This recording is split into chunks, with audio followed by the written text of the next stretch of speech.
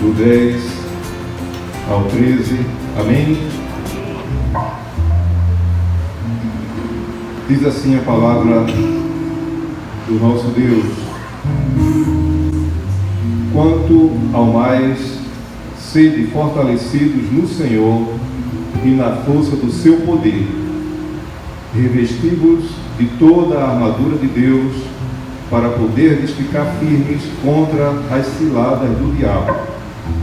Porque a nossa luta não é contra o sangue e a carne, e sim contra os principados e potestades, contra os dominadores deste mundo tenebroso, contra as forças espirituais do mal nas regiões celestes. Portanto, tomai toda a armadura de Deus, para que possais resistir no dia mau, e, depois de terdes vencido tudo, permanecer inabaláveis. Vamos repetir, queridos, o versículo 13, numa só voz. Portanto, tomai toda a armadura de Deus, para que possais resistir no dia mau, e, depois de teres vencido tudo, permanecer inabaláveis. Esta é a palavra do nosso Deus, e por ela demos graças a Deus. Bom, hoje eu convidei o pastor Joel, que já é membro aqui da paróquia, né? Ele é membro da Igreja Episcopal já há muitos anos, mas ele agora está fazendo parte do corpo de Cristo aqui na paróquia Bom Pastor. O pastor Joel é meu amigo, meu irmão, né? Quando eu me converti, eu tinha muitas carências. Quando a gente se converte, a gente tem um bocado de carência, né? A gente tem todo, como diz o Matuto, assim, a gente vem todo malamanhado para Jesus, né? Aí Jesus vai arrumando a gente, vai ajeitando, vai limpando, vai enchendo o vazio da gente, vai... Uma das coisas que eu tinha era assim, eu não tive uma família muito funcional, eu tinha carências muito grandes, paternais, maternais, e aí assim, eu orava a Deus, né? Senhor, me ajuda a resolver esse negócio, a ressignificar isso. E Deus não respondia assim com uma voz falando. A maneira que Ele respondeu essa minha oração foi mandando pessoas para a minha vida. Nesses meus 27 anos de crente, olha, vocês não têm ideia de quanta mãe eu tenho.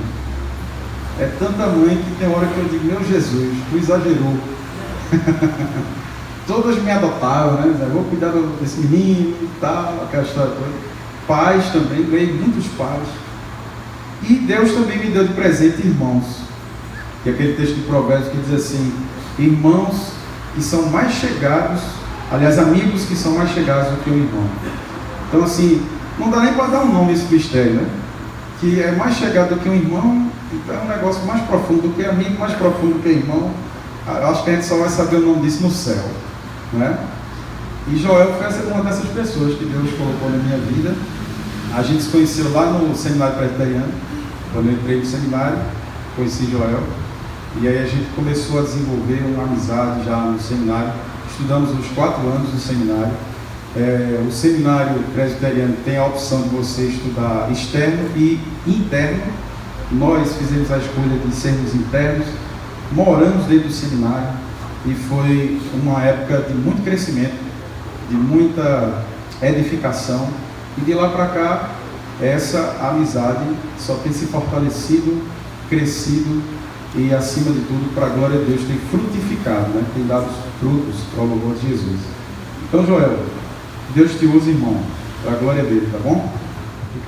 Meus irmãos, vamos fechar nossos olhos. Temos um momento de oração. Senhor, nós te agradecemos, nós te louvamos, porque estamos aqui neste dia, neste momento, para compartilharmos da tua palavra. Já fomos edificados pelo louvor, pelo abraço, pelo apertar de mão de uns para com os outros, pelo aconchego, pela recepção, mas nos ajude também neste momento de reflexão da tua palavra, Senhor. que o nosso coração repouse na tua graça e na tua santa paz. No nome de Jesus. Amém. Amém. Meus irmãos, é um prazer estar aqui com vocês. Eu não vou ficar todas as vezes que for pregar. O Valdemar não vai precisar ficar me apresentando todas as vezes, né? Como também eu não vou precisar ficar falando o que eu vou falar agora, certo? Nós temos uma amizade muito boa, muito antiga. Isso é uma coisa que Deus colocou um irmão mais velho na minha vida, né? Isso me ajudou de forma sobrenatural. E vocês têm o privilégio, né, de ter Priscila e Valdemar aqui, 2 anjos de Deus, que são pessoas inenarráveis, pessoas que eu mesmo não posso descrever os valores que elas possuem. E nesses 3 anos que eu vivi na minha vida recentemente, isso só se apurou mais, né? Eu sou grato a Valdemar, grato a Priscila. Tem outros anjos que Deus colocou na minha vida nesse período, né? Mas daqui da redondeza eu cito eles. O pastor Fred já conhecia a gente lá de Bairro Novo, né? Cirilo também já esteve lá nos visitando. Mas eu passei por um evento atípico, em que minha esposa me enfrentou uma leucemia gravíssima e ela foi embora para a mansão celeste, né? Isso em abril de 2015. E aí veio uma avalanche de problemas, um tsunami depressivo, né? E Valdemar e Priscila foram anjos de Deus nessa minha peregrinação do deserto de 3 anos para cá. E graças a Deus, episódios foram acontecendo que não dá para descrever agora, são 3 anos profundos, né? Mas foram 3 anos de uma recuperação passo a passo, lenta. E eu posso dizer que Valdemar foi um anjo que Deus colocou na minha vida nesse período todo, que é aquela pessoa que pega você e vai arrastando, né, para botar você para frente. Priscila também, a gente vinha para cá, trazia os meninos e tudo. São coisas assim que não tem preço que pague, né? Não tem preço que pague. E é nessas horas que você vê de fato os valores de amizades sinceras, amizades honestas, né? Pessoas que estão com você na alegria, mas na dor também. Mas sem mais delongas, vamos nos deter aqui ao texto. Eu fiz essa apresentação para poder agradecer a Deus por tudo que eles representam na minha vida. Acredito que você deve ter votado hoje, né? E no meio dessa polêmica geral aí, quem é quem, candidato e tal, eu não vou falar das minhas escolhas pessoais porque não vem ao caso. Mas uma coisa que nós precisamos encarnar na nossa vida é que nós somos o que cremos. E nessas discussões de debate político, de votação, eu escutava muito algumas pessoas dizendo o seguinte: olha, eu sei que você é da igreja, mas agora você tem que esquecer isso, porque agora é uma questão somente de cidadania. E a minha resposta estava pronta, né, nos lábios, né? Olha, não tem como desassociar, porque você é o que você crê. Você não tem como desassociar, agora só sou um cidadão e esquecer que você é um discípulo de Jesus. Quando você vai encarnando o Evangelho no dia a dia, isso vai se tornando um passo a passo. Isso vai se tornando uma coisa natural.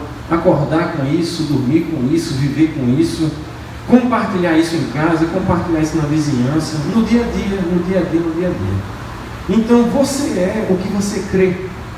Não há como desassociar isso. Em Mateus, Jesus ele chama os seus discípulos, chama a multidão, né? E lança o seguinte convite: vinde a mim, todos que estáis cansados e sobrecarregados, e eu vos aliviarei. Tomai sobre vós o meu jugo, e aprendei de mim, que sou manso e humilde de coração, e achareis descanso para a vossa alma, porque o meu jugo é suave, e o meu fardo é leve. Quando a gente vê Jesus falando isso para as multidões, Jesus ele está chamando as pessoas para seguirem os passos dele, para seguirem a sua palavra, o seu evangelho, a sua vida. E ele diz assim: olha, vocês que estão cansados da vida, estão sobrecarregados de alma, venham a mim, que eu serei capaz de aliviar vocês, e tomem sobre vocês o meu jugo. E aqui a gente começa a entender o seguinte: que quando você está disposto a seguir Jesus, você tem que assumir uma identidade. Agora não é assumir uma identidade de papel especificamente, mas é assumir uma identidade de consciência, uma identidade de valor. Porque naquela época, as crianças, o judeu, né, quando ele chegava, o menino judeu, quando ele atingia 6 anos de idade, ele entrava na escola dos rabinos para aprender a Torá, Gênesis, Êxodo, Levítico, Números e Deuteronômio. E quando ele chegava lá para os 10 anos de idade, era natural que eles já tivessem decorado toda a Torá, todos os 5 livros primeiros da Bíblia, a lei de Moisés ali, né? E os que mais se destacassem e quisessem continuar nesse caminho, iriam agora fazer parte das escolas dos rabinos, especificamente. Naquela época tinham 2 rabinos muito famosos, Hilel e Shammai. E esses rabinos, eles tinham seus grupos de Talmid, né? Que a palavra Talmid significa discípulo. É aquele que simplesmente para, escuta a regra do mestre e só vive sob aquela regra. E alguns ficavam para serem discípulos dos rabinos, viravam Talmid, né? E outros voltavam para os seus lares, ajudavam nos afazeres da sua família, aprendiam suas profissões, marcenaria e tudo mais. Jesus foi um desses, né? E nesse período aí, que eles ficavam de 12 anos para frente, eles ficavam tomando sobre si o jugo do rabino, que era professor da sua escola. Então isso era muito pesado para uma criança a partir dos 10 anos de idade, e carregar todo aquele jugo, todo aquele ensino, toda aquela carga do que você pode, do que você não pode. Aí entrava naquela situação, né, de engolir um camelo igual um mosquito, né? Não, ao contrário, né? Engolir mosquito, engolir mosquito, como é, Valdemar? Peneirar mosquito e engolir camelo. É que eu estou enferrujado, faz 3 anos que eu não estou brincando. E nessa história toda, eles se sentiam muito sobrecarregados. E isso era um jugo, era um peso. E aí Jesus, ele se apresenta não como um rabino, Jesus se apresenta como o salvador da alma humana, né? E diz: olha, você está cansado da vida, eu não estou chamando você para uma nova escola, eu não estou chamando você para carregar sobre si um novo peso do que pode, do que não pode. Eu quero chamar você para tomar sobre si o jugo da paz, o jugo da paz. Quando você lê o Evangelho, não sei se você já fez essa experiência, seria muito bom você fazer. Dê uma parada na sua leitura, talvez da Bíblia toda, e dá uma focada só nos Evangelhos, né? Mateus, Marcos, Lucas e João. Dá uma lida de novo, dá uma lida de novo. Quanto mais você se apurar na vida de Jesus, mais o Evangelho vai se clarear na sua mente, mais isso vai dilatar dentro de você, mais você vai viver isso naturalmente, né? E quando Jesus, ele peregrina entre nós, ele encarna uma profecia do Velho Testamento, que dizia que entre nós se encarnaria o príncipe da paz. O príncipe da paz. Quando Jesus nos chama para carregarmos sobre nós o jugo dele, ele está nos chamando para nós descansarmos em paz. Tem gente que pensa que descansar em paz é só mensagem para lápide de cemitério, né? Meu amigo, quando a gente sai daqui, a gente vai para a glória. Não é descanso, é paraíso. Meus filhos, graças a Deus, estão muito bem educados nisso, né? Foram 3 anos de impregnação do Evangelho na mente deles, para que eles superassem essa situação que nós enfrentamos lá em casa. E se você perguntar para minha filha, eu estava um dia desse conversando com a minha sogra, que não é mais sogra, né? Sogra é quando é a mãe e tal, e agora não é mais, mas é a avó dos meninos, chama ela de Sogrete. Sogrete resolve o problema. Aí eu sei que ela estava conversando comigo sobre um problema, um caso que aconteceu na igreja dela, que ela faz parte, que um senhor lá, que tinha uma filha única, ela era estudante de enfermagem, 20 e poucos anos, e ela simplesmente, todo dia acordava, fazia o café da família e tal, e nesse dia acordou o pai, acordou a mãe, e nada da menina acordar. Quando eles foram no quarto para sacudir a menina, ela estava dura, né? Já tinha entrado na glória. É lógico que vem todo aquele desespero, aí vem o luto e tal, e por aí vai. Mas eu estava pensando com minha sogra, que minha sogra estava, meu Deus, o fulano está aperreado, eu disse, imagino, né? Mas a gente tem que entender que não acaba, cara. Quem passa da fobia de que a morte mata, acaba com a contagem regressiva, entendeu? Porque infelizmente nós somos acostumados a olhar para o mundo como se fosse até a sepultura, como se até na sepultura de fato tudo acabasse. E aí muita gente coloca ali, descanse em paz. Descansar de quê, cara? Se você partiu, você está no paraíso, você entrou na plenitude da paz, você está vendo o Senhor face a face, você está vendo a glória eterna diante de você. Não é descanso, é gozo. Pode ser descanso também, né? Mas o principal é gozo, é plenitude de alma. E eu tenho certeza que se perguntassem para minha esposa, que não é mais minha esposa, se perguntassem para a mãe dos meus filhos hoje, você quer voltar? Ela com certeza diria, Senhor, eu não quero. Aqui é bom demais. Ajude lá, Joel, as crianças, mas por favor, aqui é o paraíso. Você resolve a questão da morte ali no ladrão da cruz, né? Os dois ali ao lado de Jesus, um se revoltando, e o outro disse, Senhor, quando entrares no teu reino, lembra-te de mim. Jesus não disse, olha, você vai dormir, passar um tempo em transe, você vai ficar congelado no tempo, daqui a 200, 300, 400 anos, quando eu voltar, você vai acordar. Jesus não diz isso. Jesus simplesmente diz, hoje mesmo, tu estarás comigo no paraíso. É bênção de Deus, irmão. E eu disse para minha sogra, eu disse, dona Léo, faz o seguinte, quem estava no carro, eu disse, Clara, é minha filha, 4 anos, diz a vovó aí se mamãe morreu. Quem disse que mamãe morreu? Mamãe está com Aslan. Aslan, para quem ainda não viu, é aquele filme das Crônicas de Nárnia. Não sei quantos já viram aqui. Tem um leão que representa Cristo, né? E minha filha sabe disso. Mamãe não morreu. Mamãe está com Cristo. Mamãe está viva para todo sempre. E engraçado nesse período todo, né? Aparecem os amigos de Jó na sua vida, né? Eu me lembro que alguns meses eu tinha raspado minha cabeça, eu estava 10 quilos mais magro, mais ou menos, a barba desse tamanho, 10 quilos mais magra, a cabeça raspada. Isso uns 2 meses que ela partiu. Aí eu fui na farmácia, aí eu estou lá na farmácia procurando um negócio, daqui a pouco chega uma irmã, né? Pastor, tudo bom? Como é que o senhor está? Eu disse, bem. Aquela frase que você não quer ver ninguém, você não quer falar com ninguém, paciência zero, né? 1 milhão de coisas acontecendo, você tentando resolver de uma por uma. Aí ela olhou para mim, veja que mensagem edificante. Aí ela olhou assim, como o senhor está derrubado? Aí eu disse, é verdade. Ela disse, meu Deus, como é que se explica isso? Ela entrou no hospital, 20 e poucos dias depois ela se acabou. Aí eu olhei para a irmã. Aí não tem aquela situação que você responde uma pergunta com outra pergunta, né? Aí eu olhei para ela e disse, pedi para Deus me dar paciência, né? Senhor, me ajuda. Eu disse, irmã, desde quando a senhora está na igreja? Desde tanto tempo. A irmã tem convicção que nasceu de novo? Tem a convicção que nasceu de novo.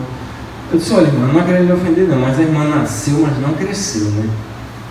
Porque a irmã não entendeu que a morte não acaba nada, irmã. A irmã nasceu de novo, mas não cresceu na fé ainda, cara. Você tem que entender que o que vence este mundo é a nossa fé.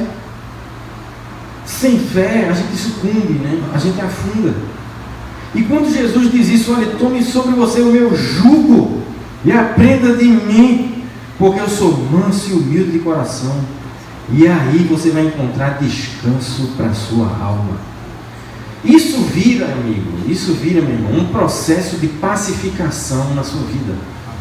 Infelizmente, nós temos essa situação hoje de estarmos bombardeados, né? Dia após dia, pelo Evangelho da prosperidade especificamente. Tem outras coisas que podemos citar, mas principalmente o Evangelho da prosperidade, né? Que ele rema contra a maré do Evangelho. Quanto mais você observa o Evangelho da prosperidade, mais você vai vendo como Satanás é astuto. Você pode até fazer uma estatística sua rapidamente. Quantas e quantas igrejas você não vê aí nas esquinas? Não é nem igreja, CNPJ religioso, né? A igreja diz, papapá, não sei o que, queijo do reino e vai e tal. Aí você vai vendo. Quando você olha a situação do país, um caos. Nessas eleições a gente vê, né? Como o pessoal se agarra num candidato, sabe o que isso é carência de alma? O pessoal se agarra num candidato como se ele fosse solucionar o mundo, né? Homens caem, sistemas se abalam, foi dizer aquela mensagem do menino do WhatsApp, né? Mas o Senhor, meu amigo, é que nos sustenta nesta terra.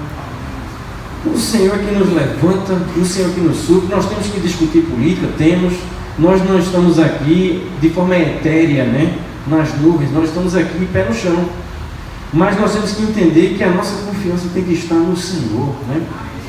Ainda que os montes se abalem nos seios dos mares, Ele é o nosso refúgio. E aí Jesus continua, porque o meu jugo é suave e o meu fardo é leve. Quando você começa a carregar sobre si o jugo de Jesus, o ensino de Jesus, você começa a se libertar principalmente do que não é o Evangelho. Você começa a se libertar de lorota religiosa. Você começa a se libertar de doutrina que não leva você a canto nenhum. E principalmente você começa a se libertar de superstição religiosa, de crença popular, né? Por quê? Porque tem muitas pessoas que pensam assim: meu Deus, como é que pode acontecer uma tragédia na vida de fulano? Ah, como é que pode fulano perder um emprego? Ah, como se nós fôssemos cidadãos blindados aqui nesse planeta, coisa que não somos, né? Eu fui voluntário no Hospital do Câncer há muitos anos, e a gente visitava a aula das crianças e tudo mais, aí se apega, e quando vê uma criança falece, e a família se agarra com a gente. A única coisa que a gente podia dizer é que a criança cumpriu a missão dela, né? Você não tem muitas palavras, não tem muito o que explicar. Se você for tentar explicar, você vai falar besteira. E nessa história toda, quem vem com essas superstições ou coisas parecidas, aí a gente para e pensa assim: o que é que uma pessoa dessa vai dizer para a ala pediátrica do Hospital do Câncer? Você já viu igreja que prega teologia da prosperidade fazendo ação social no Hospital do Câncer? Você nunca vai ver. Você nunca vai ver. Por quê? Porque eles não têm o que falar. Já começa por aí. E segundo, se eles forem falar, vai piorar a situação dos meninos lá, do pessoal, né? Eles não sabem o que fazer. É aquela velha história. Quando a gente começa a se libertar das superstições da vida, a gente encara a vida de Jó com muito mais naturalidade. Homem justo, homem íntegro, que se desviava do mal, mas um bocado de problema aconteceu na vida dele. Desgraça após desgraça aconteceu na vida dele. A mulher dele terminou se revoltando, os amigos incentivando a ele pensar de forma negativa. E aí, quando você tem que tomar muito cuidado, né, com quem a gente conversa, grupo de WhatsApp, no dia a dia, porque se você não estiver se firmando no Evangelho, você vira alvo fácil desse bombardeio, entendeu? Mas quanto mais você se agarra no Evangelho, você vai se libertando disso tudo. E Jesus é clássico, né, quanto a isso. Quando ele, em Lucas 13, acontece a seguinte situação: algumas pessoas estavam oferecendo sacrifício e Pilatos manda matar aqueles que estavam oferecendo sacrifício e mistura o sangue dos judeus ali mortos com o sangue dos animais sacrificados.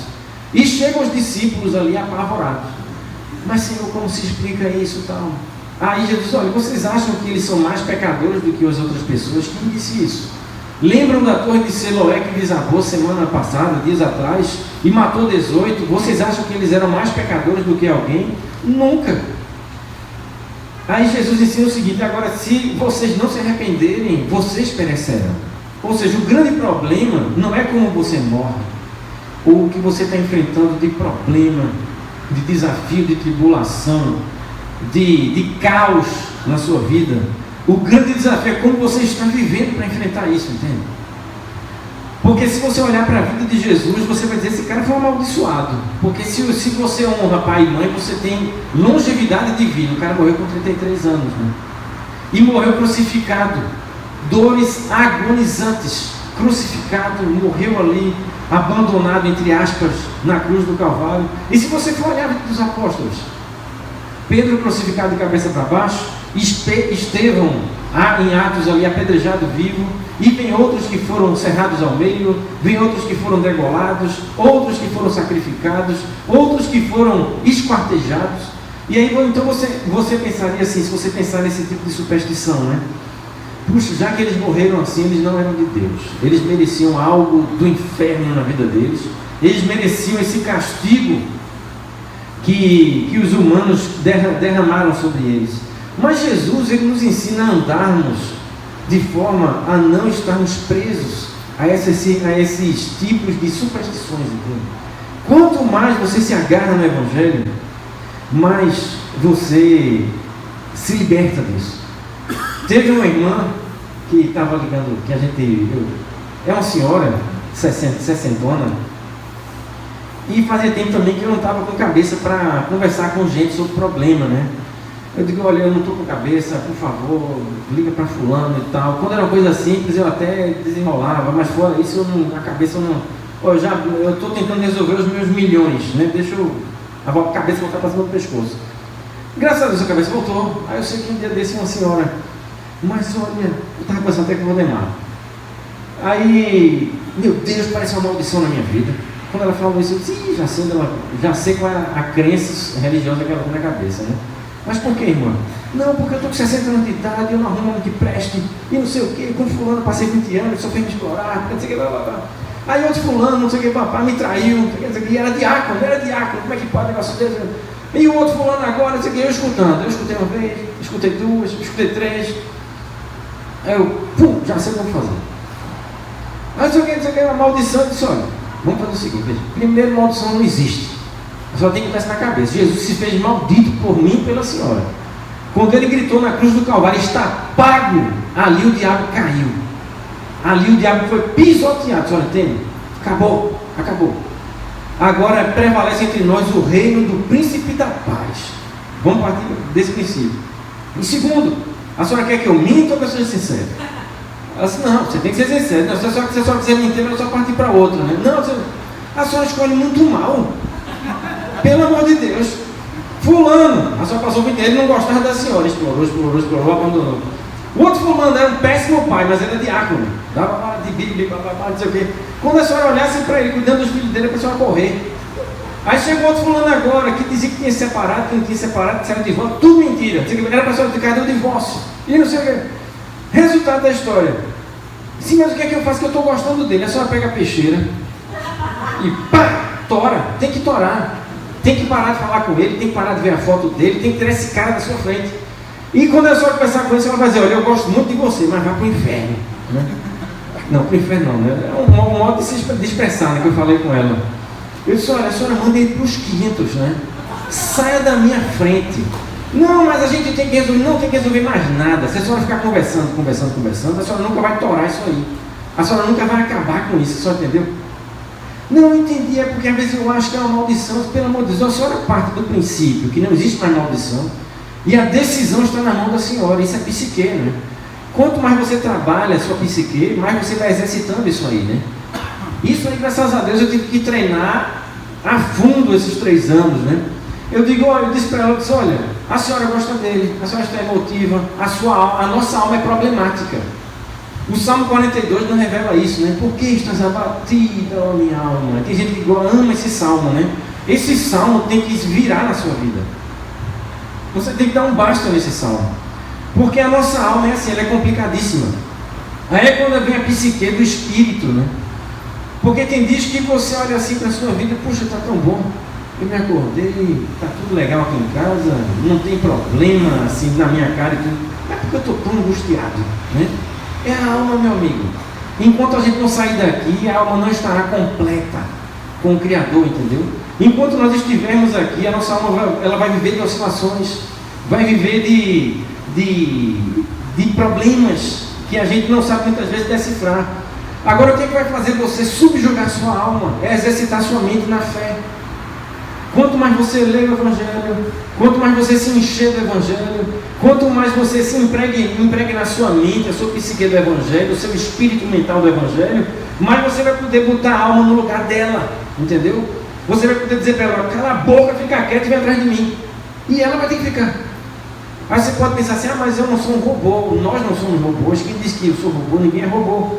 Mas quanto mais você treina isso, mais você fica forte para enfrentar as ciladas do inimigo na sua vida, os problemas da vida.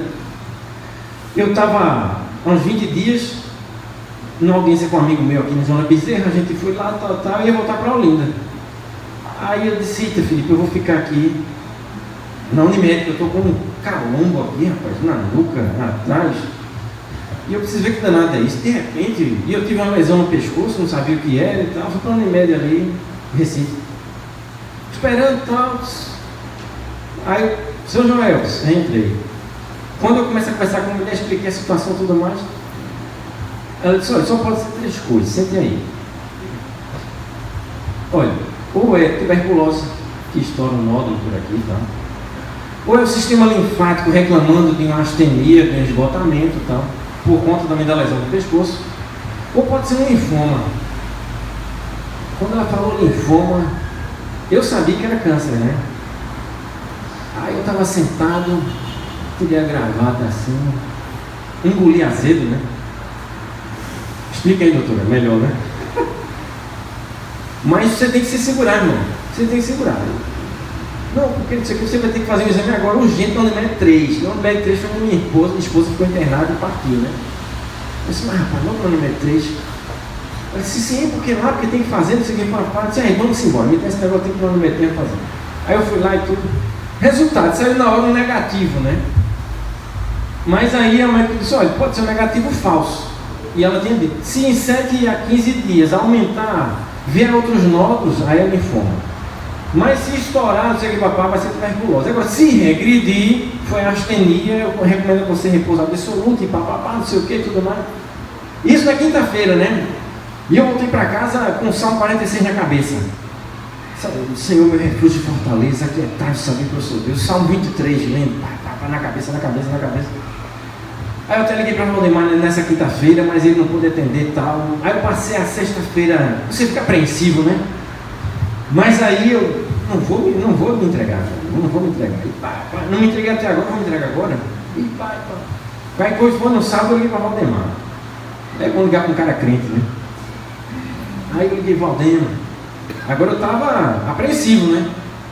Caraca. Contei para ele, aí na hora ele fez uma oração lá, de poder, de amém nele. Aí eu, amém, vamos lá. Aí graças a Deus, quando foi assim, terça-feira, quarta, ele começou a regredir. Eu fui para outro médico, sumiu. Era resultado da lesão do pescoço e do esgotamento, né? Mas onde eu quero chegar, irmãos? Nós temos que estar preparados, porque você, de repente, está aqui, beleza, tudo tranquilo, tudo maravilha. Amanhã acontece um imprevisto muito sério na sua vida, entendeu?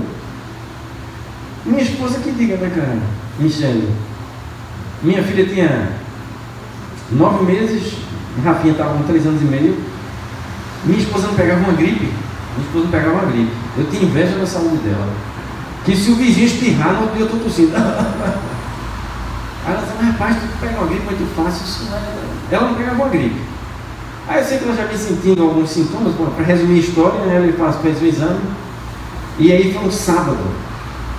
No outro dia, no domingo, eu ia fazer o AB. Aí a gente já tinha combinado. Então, a gente vai lá, a senhora menina.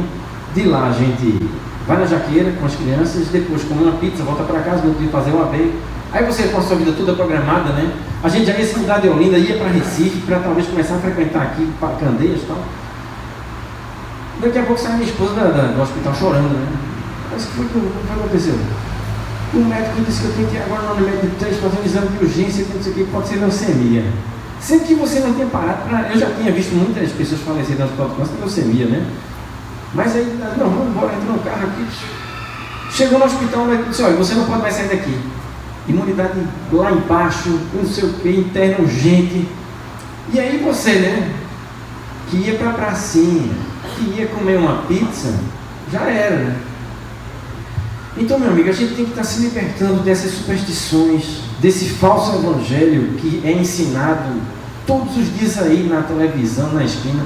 Para mim, hoje, esses programas evangélicos de teologia de prosperidade, para mim é motivo de piada, sabe? Às vezes eu boto lá para ficar rindo, às vezes eu vou almoçar e fico dando uma maior gargalhada. Porque aquilo ali é uma brincadeira, cara. Aquilo ali é uma brincadeira. E isso gera na cabeça do povão o contrário do evangelho. Aí Jesus fala o seguinte, nós não devemos andar ansiosos por nada. Nada tem direito de tomar um lugar de ansiedade no seu coração.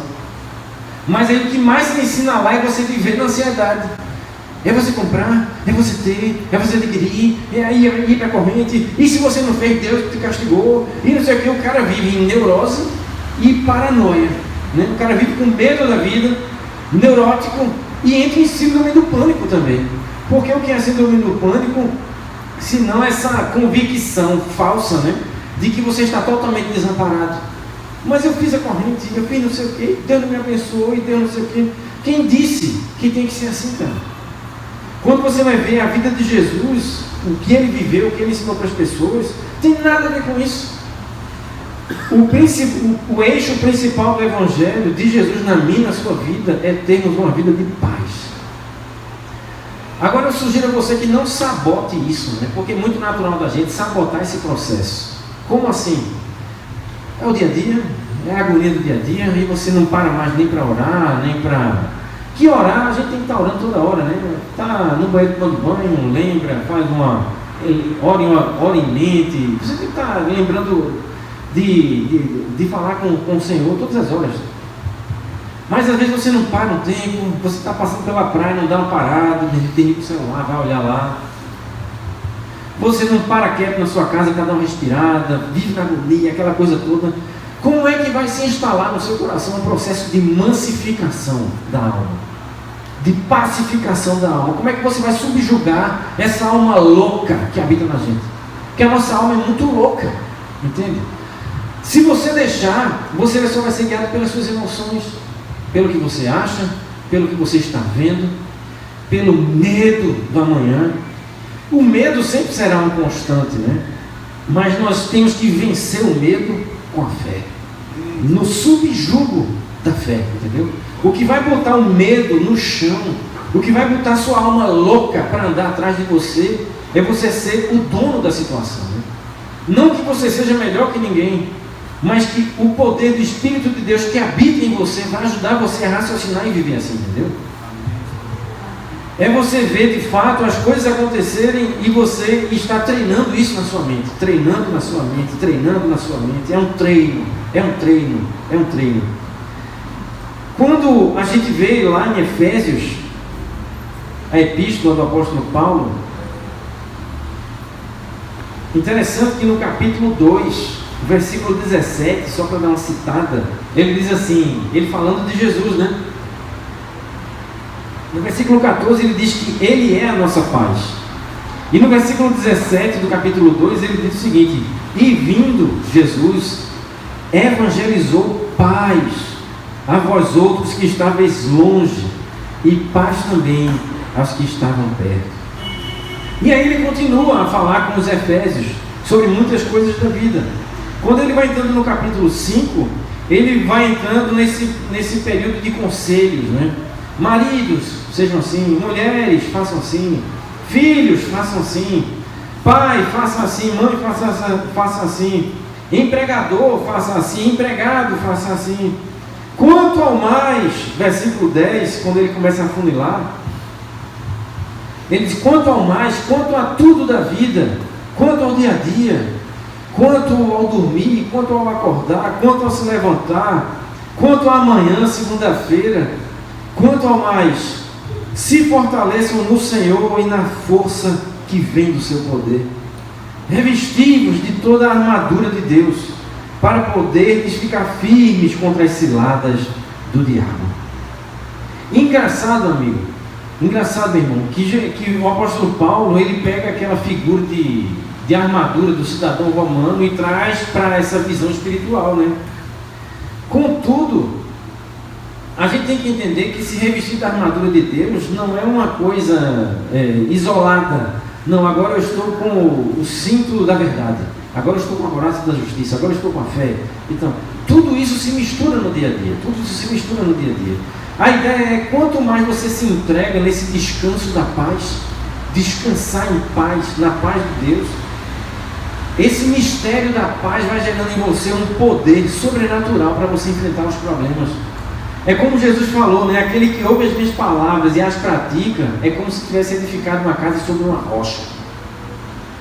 Isso eu posso até dizer, né? Porque às vezes eu até brinco com as pessoas: rapaz, como é que você... rapaz, o trator passou por cima de mim assim, Mas também vou dizer, tem um trator agora dentro, viu? Porque o que você sente de esperança em Deus, de firmeza em Deus, de rocha no Evangelho da verdade, você vai vendo o seguinte: olha, sai daqui, isso aqui é fricote, sai daqui, isso aqui é besterol. Aí você vai conversar com algumas pessoas, mas pastor, eu queria conversar com vocês. Não, diga, tá. Como eu aconselho hoje é diferente, né? Que antigamente você quer se sensibilizar muito com a pessoa, você quer demonstrar que está compaixão, aquela coisa toda, e hoje em dia você tem que dizer na boa: meu amigo, olha, para isso, cara. Se você não cortar isso, você não vai melhorar. Agora você quer afundar, continua. Agora você tem que mudar, cara. Você tem que sair dessa, você tem que treinar sua mente. Você é ou não é uma pessoa da fé? Ou você é uma pessoa da alma? Para onde sua alma quer, você vai? Você tem que subjugar isso. E você só vai conseguir comandar, botar rédea nas maluquices da alma com o exercício de fé da sua mente no Evangelho. Quando Hebreus diz que a alma, a palavra de Deus, ela divide até juntas e medulas, alma e espírito, dizem alguns entendedores, estudiosos, que é como se justamente a alma fosse esse nosso fôlego da vida, maluco, né? Um dia está bem, outro dia está mal, depressivo. Se você não utilizar o seu espírito mental, psique no Evangelho, para subjugar esses males da alma, você vai viver pelo que sua alma empurra você a viver, entendeu? E o apóstolo Paulo continua aqui, versículo 12: porque a nossa luta não é contra o sangue e carne, e sim contra os principados e potestades, contra os dominadores deste mundo tenebroso, contra as forças espirituais do mal nas regiões celestes. Portanto, tomai toda a armadura de Deus, para que possais resistir nos dias maus. Ele bota aqui no singular, né? Mas às vezes você enfrenta um dia mau, às vezes você enfrenta vários dias maus, você enfrenta uma fase terrível, você está bem, daqui a pouco está mal de novo. Ou seja, não é nem que você esteja bem mal, você está numa fase boa, daqui a pouco vai uma fase má novamente, né? A nossa vida sempre será assim, até nós encerrarmos o bom combate aqui nessa esfera, né? Para que você possa resistir no dia mal, depois de ter vencido tudo, permanecer inabalável. O que é que vai ajudar você, irmão, a andar no chão do Evangelho, na realidade da vida com Cristo? É você ler a vida dele, ler a palavra dele, e entender que Jesus é o próprio Evangelho. Interessante que a palavra Evangelho significa boa nova. E quem é a boa nova para a minha vida? É o próprio Jesus, né? É Ele que me dá a boa notícia de que eu posso ser amado, de que eu sou perdoado, de que hoje nem a morte me separa do meu Salvador, nada pode me separar dele. É justamente essa boa notícia do Evangelho que se encarna em mim e me ajuda a enfrentar as avalanches da vida. Os dias bons serão maravilhosos, e os dias maus a gente vai encarar na raça da fé, na tora, feito diz o Matuto, né? Portanto, versículo 13: tomai toda a armadura de Deus, para que possais resistir no dia mau, e depois de ter desvencido tudo, permanecer inabaláveis. E estai, pois, firmes, cingindo-vos com a verdade e vestindo-vos da couraça da justiça. Aí ele pega aquela ideia da armadura do cidadão romano, né, o cinto. Ele diz: olha, você quer andar nesse chão do Evangelho? Você quer enfrentar o dia a dia da vida com a garra do Evangelho, com a força do Evangelho? Você tem que estar se cingindo da verdade. Você tem que botar a verdade na sua cintura. Em outras palavras, você tem que andar na verdade. E andar na verdade vai ter seu preço a pagar, que é natural, né? Você vai perder amigos, mas Deus vai mandar outros, né? Você vai perder parentes, mas Deus vai mandar 1 milhão de pessoas para te ajudar na vida, para estar com você lado a lado. Porque quando você, o máximo que você até puder fazer para não perder essas pessoas, ótimo, né? Mas vai chegar uma hora que você vai ser confrontado, provavelmente, né? Vai chegar a hora que ou você faz parte do conluio, ou você diz: olha, eu não sou disso, não sirvo a isso, meu Deus é diferente, estou fora. E se você disser isso, provavelmente vão te cortar, né, do rol de contatos, né? Mas quem anda na verdade vive na paz, bota a cabeça no travesseiro de forma tranquila, e acorda de cabeça erguida. Entra em qualquer esquina da vida olhando de frente. Andar na verdade do Evangelho. Você também tem que se vestir da couraça da justiça, aquela armadura do tórax, né? A ideia do apóstolo Paulo aqui é que você tem que vestir sobre você a justiça do reino de Deus. A gente vê um mundo aí perverso, um mundo caótico, cada esquina um CNPJ religioso. Eu até brinco assim, olha, se esse pessoal estivesse vivendo, pregando o Evangelho mesmo, não era para ter um mendigo na rua mais, porque era para ter orfanato, era para o país estar diferente. Imagine toda essa multidão aí, todo mundo somente seguindo Jesus. Mas não é, né, cara? A galera quer isso, a galera quer emoção, a galera quer o reteté do momento, né? Quer o fuzuê, né? E eu fui lá e o pastor pregou e falou, isso tem uma piada, não lembrei agora. Que até a gente aprendeu seminários para lembrar, não sei se está no dedo da aula. Que um pastor, ele gostava muito de agradar o povo, né? Aquela coisa toda e tal. E tem que fazer o reboliço para o povo gostar, para o povo se empolgar. Aí um dia ele disse assim, meus irmãos, eu estou vendo aqui querubins. Tem que dizer que está vendo alguma coisa, né? O pessoal, amém, está lembrado não? Está lembrado não? Eu estou vendo aqui querubins. A pessoa, glória, amém, aleluia. Aí eu estou vendo aqui serafins. O pessoal caindo, pá, aquela coisa toda. E eu estou vendo aqui também surubins, surubins, surubins. Aí tinha um cara assim, que era Pedro Sofredi, olhou assim, surubim. Aí que eu estou falando, pastor, diga, surubim é peixe, pastor? Como é que é isso aí? Meus irmãos, eu bem que eu estava achando esses peixes voando aqui, ó glória!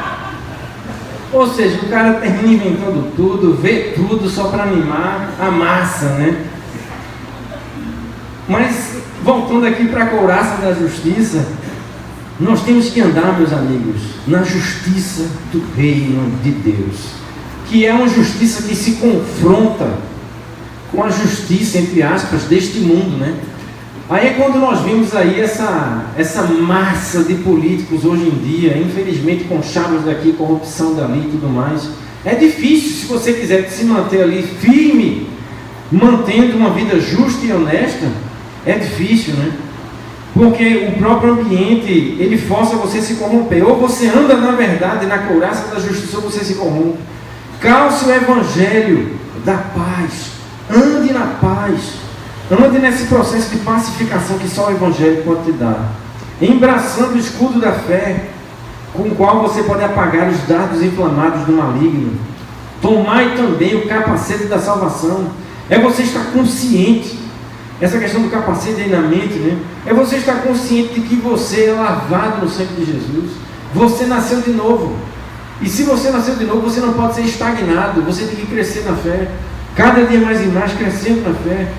Você é um cidadão do reino de Deus aqui neste planeta. E a espada do Espírito, que é a palavra de Deus. Tem gente que pensa que a espada do Espírito é a Bíblia, né? Vai expulsar o demônio dando Bíblia na cabeça. Mas o que o apóstolo Paulo está dizendo aqui, que a espada do Espírito é o Evangelho dentro de você. Até porque o Novo Testamento aqui, a gente tem que usar o raciocínio, né? O Novo Testamento que nós temos hoje aqui compilado na Bíblia, Antiga e o Novo Testamento, o Novo Testamento o apóstolo Paulo não tinha. O Velho Testamento ele já estava descartando, porque agora era só o Evangelho na mente dele, né? Então, o que era andar com a espada do Espírito? Era andar cheio das verdades do Evangelho. Interessante que quando a gente vê, por exemplo, o apóstolo Paulo, a gente não vê o apóstolo Paulo com essas categorias, tipo, né? Os Tessalonicenses ligando para ele, imagine, né? Pastor, você pode pregar domingo aqui? Não, isso não é preciso, porque eu passei em Roma, não aceitaram que eu preguei, e não sei o que. Aí o pessoal liga para ele lá de uma cidade de Atos. Pastor Paulo, por que você não vem pregar aqui, de fazer uma conferência aqui? Não posso, porque agora entrei em crise, porque as contas é para pagar, e não sei o que. Quanto para pagar sempre vai ter? Então você não vê o apóstolo Paulo com essas categorias, né? De deixar a alma tomar conta, Ele pegava a alma e botava no cabresto, né? Com toda oração e súplica, versículo 18, orando em todo o tempo no Espírito, e para isto vigiando com toda perseverança e súplica. Ou seja, é você orando, é você falando com Deus, é você estando na presença dEle, descansando em paz, não sabotando esse processo de pacificação da sua alma. Uma coisa que eu não sei se o pastor Valdemar já falou, que eu acho que ele deve ter falado, que ele é dessa linha também, você fazer exercícios de silêncio. Não sei se você já fez isso na sua vida, mas pega lá no seu quarto, sei lá, ou um momento, bota uma música lá de piano, uma música light, deita no chão lá, tira 15 minutos, tenta esquecer os problemas, treinamento, tem treinamento. E você fica só respirando, respira fundo, bota para fora, tal. Você vê como a sua alma, o seu ser vai ter prazer nisso. De você parar, sair daquele ritmo de agonia e tentar viver na sua vida um processo de pacificação. Nós temos que deixar o Espírito de Deus fazer isso em nós, né? O problema é que nós queremos coisas mágicas, nós queremos a pílula da magia, né? Estou angustiado hoje, você quer amanhã, eu quero estar 100%. Isso é um processo, meu amigo, isso é um processo. Esse processo se encerrou na minha vida? Lógico que não. Não se encerrou na vida de ninguém aqui. Quando a gente parte é que entra na plenitude da paz, na plenitude da glória, e não precisa mais dessas técnicas, né? Mas enquanto estivermos aqui, você tem que trabalhar em cima disso. Você tem que trabalhar em cima disso. Ter os seus momentos isolados, seus momentos de... Não adianta também você parar ali para ver o mar, ficar olhando para as ondas, respirando. Mas, meu Deus, e a Celpia com pés, meu Deus, a fatura do carro, porque não sei o que, papá. É meia hora jogada fora, né? Mas eu tenho que treinar a mente. Eu me lembro quando eu treinava na adolescência, eu treinei taekwondo, aí a gente entrava no dojão lá, e o professor sempre dizia isso, né? A gente participava de campeonatos, essas coisas, e ele sempre dizia, olha, vença seus limites, vença seus medos, e você vencerá seu adversário. E nessa minha fase dos 3 anos da pesada aí, eu me lembrava muito disso, né? E uma coisa que a gente, quando estava treinando lá, e quando um não se saía bem assim, papai, o professor sabia o desempenho de cada um. O que aconteceu?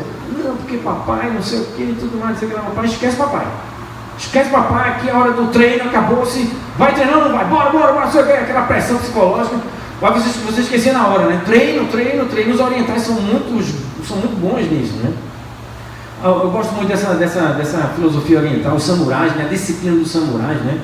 São muito bons. Quanto mais você treina a sua mente nisso, eu tenho que ler o Evangelho, isso aqui não vai me abalar, isso aqui é uma avalanche. Mas o que é que vai adiantar eu pular do prédio? Não vai adiantar, cara. Não vai adiantar. Porque vem uma avalanche hoje, você entra nela, você vence, você tem que ficar em pé. Mas outras virão na vida também, né? Você tem que treinar a sua mente nisso. Treinar. A sua alma vai pedir para você se trancar em casa e ficar enclausurado. Mas a sua mente, no espírito do Evangelho, vai dizer para a sua alma o seguinte: venha atrás de mim, porque eu sou do Senhor dos Exércitos, né? Eu sirvo ao Deus do refúgio. Vamos orar? Senhor, toque com a tua santa paz no coração de cada um que está aqui, Senhor. Daqueles que estão agoniados, daqueles que estão ansiosos, daqueles que estão preocupados com a sua própria vida. Nos ajude, Senhor, a entender que a nossa vida está nas tuas mãos, que o Senhor é o Senhor dos exércitos nas nossas vidas, que o Senhor é o Deus do refúgio na nossa vida. Nos ajude a confiar, a não titubear, a não duvidar. Nos ajude a ficarmos de pé todos os dias no espírito da fé, Senhor. Nos ajude a subjugarmos as emoções das nossas almas. Nos ajude a subjugarmos as oscilações das nossas almas. Nos ajude, Senhor, a vencermos dia após dia com a tua armadura, com a fé, com a tua palavra, com a verdade da tua palavra, com a justiça do teu reino. Nos inunde, Senhor, com as tuas verdades, porque nós somos teus discípulos. No nome de Jesus, amém e amém.